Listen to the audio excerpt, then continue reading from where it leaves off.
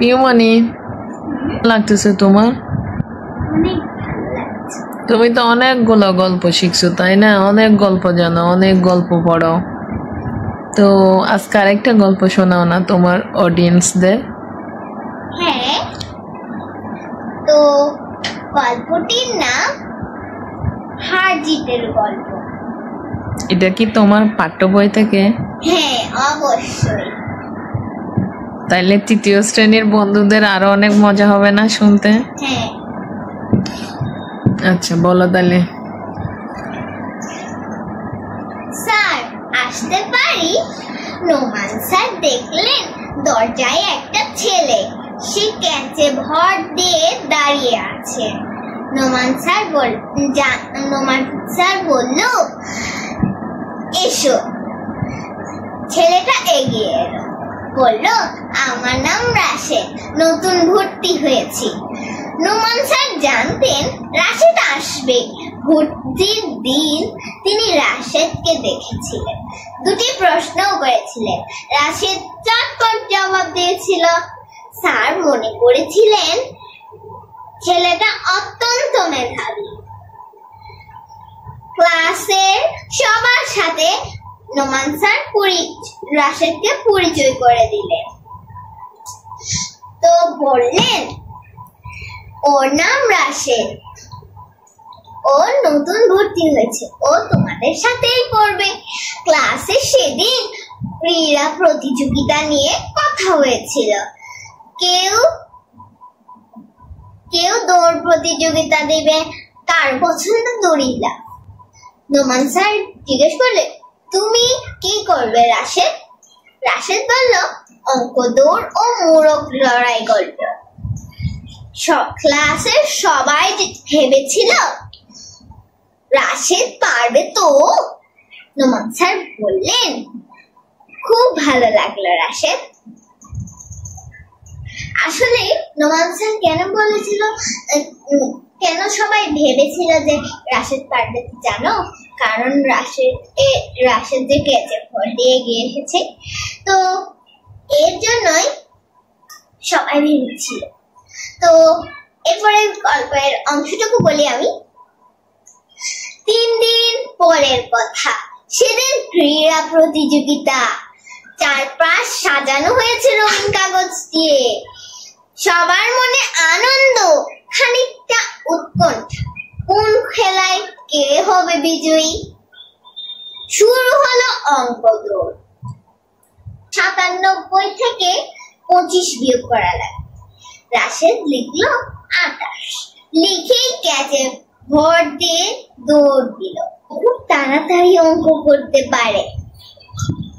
তো রাশেদ দৌড় দিয়ে দেখলো যে 2 জন এগিয়ে আসছে। ততক্ষণে সে সীমানায়, চারপাশ হইচই ভরে উঠলো, রাশেদ জিতেছে। তারপরে অঙ্ক দৌড় শেষ করেই কাঁচ দুটো এক পাশে রেখে দিল। তারপরে 2 হাত পেছনে দিয়ে প্রস্তুতি নিল। তারপরে হচ্ছে যে মোরগ লড়াই শুরু হলো। মোরগ লড়াই অংশ নিচ্ছে 8 জন। তো শুরু হলো মোরগ লড়াই করতে প্রথমে রাশেদ কোনো আক্রমণ করলো না, আঘাত থেকে নিজেকে রক্ষা করলো। লড়াই করতে করতে একে একে পড়ে গেল। কয়জন পড়ে গেল? ও, একে একে 4 জন পড়ে গেল। বাকি তারপর কি হলো? 5 জন পড়ে গেল। বাকি রইল 3 জন, রাশেদ, রাজু ও ঝিনি। আচ্ছা। রাজু হচ্ছে যে রাশেদকে আঘাত করতে গেল। রাশেদ চট করে চলে গেল। রাজু পড়ে গেল খাসের উপর। খেলা জমে উঠেছে। মাইকে ধারা বর্ণনা করছেন নোমান স্যার। আচ্ছা, তারপরে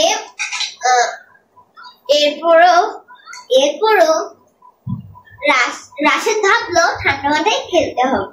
তো তারপরে রাশেদ হঠাৎ দেখলো তীব্র বেগে এগিয়ে আসছে ঝিমি। আক্রমণের ভঙ্গিতে রাশেদও এগিয়ে এলো। কাছে দুজন মুখোমুখি হতে কাঁধ দিয়ে জোরে আঘাত করলো ঝিমির। আচ্ছা, এরপরে তারপরে রাশেদ আবার সরে গেল। তারপরে সে কাঁপতে কাঁপতে প্রায় পড়েই যাচ্ছিল। মন ধীর করে সে সোজা হয়ে দাঁড়ালো। তারপরে হচ্ছে যে ঝিমি কি যেন করলো, তারপরে ঝিমি হচ্ছে যে রাশেদের দিকে আক্রমণের ভঙ্গিতে এগিয়ে এলো।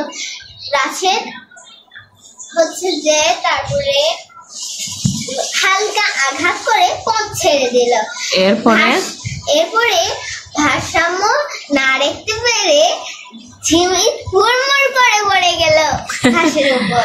তারপরে বন্ধুরা সব চিৎকার করে উঠলো, রাশেদ রাশেদ।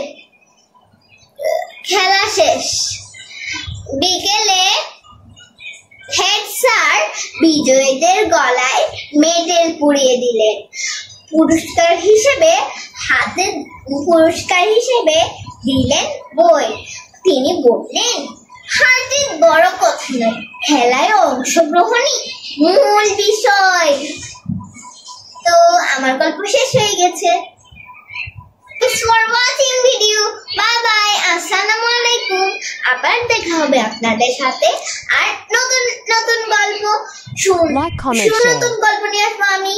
তো সেই গল্পগুলো আরো অপেক্ষায় থাকুন। বিদায়।